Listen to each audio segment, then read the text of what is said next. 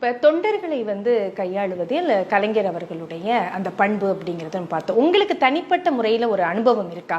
பக்கத்துல இருந்து பார்த்த அனுபவம்? அதாவதுங்க, கலைஞரை ரொம்ப பக்கத்தில் பார்த்ததெல்லாம் 99 2000 அண்ணன் முரசொலிமாறனுடைய மறைவுக்கு பிறகு தான் அவருடைய அவரோட ரொம்ப நெருக்கமாக இருந்தது. ஆனால் கலைஞர் எப்படி தொண்டரோடு அணுக்கமாக இருக்கிறார் என்று இன்னமும் நான் வியந்து ஒரு மேடையில் பாராட்டின வரலாறு உண்டு. அப்போ 97, நான் 96 எம்பி, 32 வயசில் எம்பி ஆகிட்டேன். ரொம்ப சின்ன பையன். கலைஞர்கிட்ட போகணும், தூரத்தில் தான் பார்ப்போம், ஏன்னா சீனியர்ஸ்லாம் இருந்தாங்க. அப்போது தமிழ்நாடு ஹவுஸில் இருக்கார். அப்போ தேவகவுடாவை எடுத்துகிட்டு குஜராத்தில் பிரைம் மினிஸ்டர் ஆகணும். அந்த ஒரு அரசியல் நெருக்கடிக்காக கலைஞர் கூப்பிட்ருக்காங்க, யாரை பிரைம் மினிஸ்டர் ஆகலாம் வாங்கன்னு. தமிழ்நாடு ஹவுஸில் உட்காந்து டிஸ்கஸ் பண்ணிகிட்டு இருக்கோம்.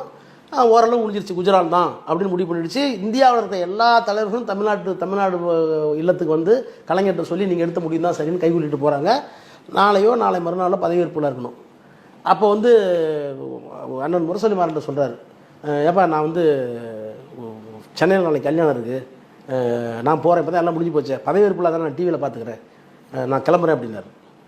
அவர் சொன்னார், என்னம்மா நாளைக்கு இருக்குது, நீங்கள் தான் எல்லாம் பண்ணீங்க, நீங்கள் போய்ட்டு அப்படிலாம் தப்பாக நினைப்பாங்கன்னாரு. அப்போ சொன்னார், இல்லைப்பா அவன் தாயகம் கவின்னு ஒரு மாணவர், நீ அவன் திருமண நாள், நான் இல்லைன்னா மனசு உடஞ்சிருவான், நான் போகணும். பிரதமர் பதவியேற்பு விழா, பிரதமர் பதவியேற்போட அப்போ எனக்கு தாயங்கவி யாருமே தெரியாது. தாயகங்கவின்னு ஒரு மாணவர் ஒரு தம்பி இருக்கான். அந்த தம்பி என்கிட்ட தேதி வாங்கியிருக்கான், நான் இல்லைன்னா மனசு ஒடிஞ்சிருவான், நான் போகிறேன், நீ இருந்து பாருன்றார். எல்லோரும் நான் உட்காந்துருக்கேன், போகிறேன், சின்ன பையன் ஓரமாக உட்காந்துருக்கேன். எல்லாரும் அப்புறம் எல்லாரும் சமாதானப்படுத்தி அது இப்போ விசாரிச்சுக்கலாங்க, நம்ம வீட்டுக்கு கூட கூப்பிட்டுக்கலான்னு சொன்ன பிற்பாடு அப்படி யோசிச்சுட்டு டக்குன்னு சண்முகநாதன் லெட்டர் பேட் எடுத்து வந்தார். ஏன்னா இருக்கும் லெட்டர் பேட் எழுதிட்டு இருக்காரு, அன்புள்ள தம்பி தாயகம் கவிக்கு, அரசியல் சூழ்நிலை காரணமாக என்னால் வர முடியும் நீ அறிவாய் நினைக்கிறேன், நான் வராததால் உன்னை மனம் எவ்வளவு வேதனைப்படும் என்று தெரிகிறது, என்றாலும் உன் துணைவியார் என்னமோ எழுதினார், கைப்பட எழுதினார். எழுதி போஸ்ட் பண்ணி சாயங்காலம் இதில் கூறியல் கூட போட, சாயங்காலம் ஒரு ஆளை போட்டு ஃப்ளைட்டில் போட்டு போய் மாப்பிள்ளைட்டு முதலமைச்சர் இந்தியாவினுடைய பிரதமரை நிர்மாணிக்க வேண்டிய இடத்துல இருக்கிற ஒரு சூழல்.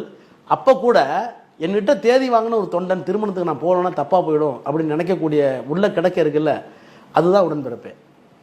பெரிய விஷயம்.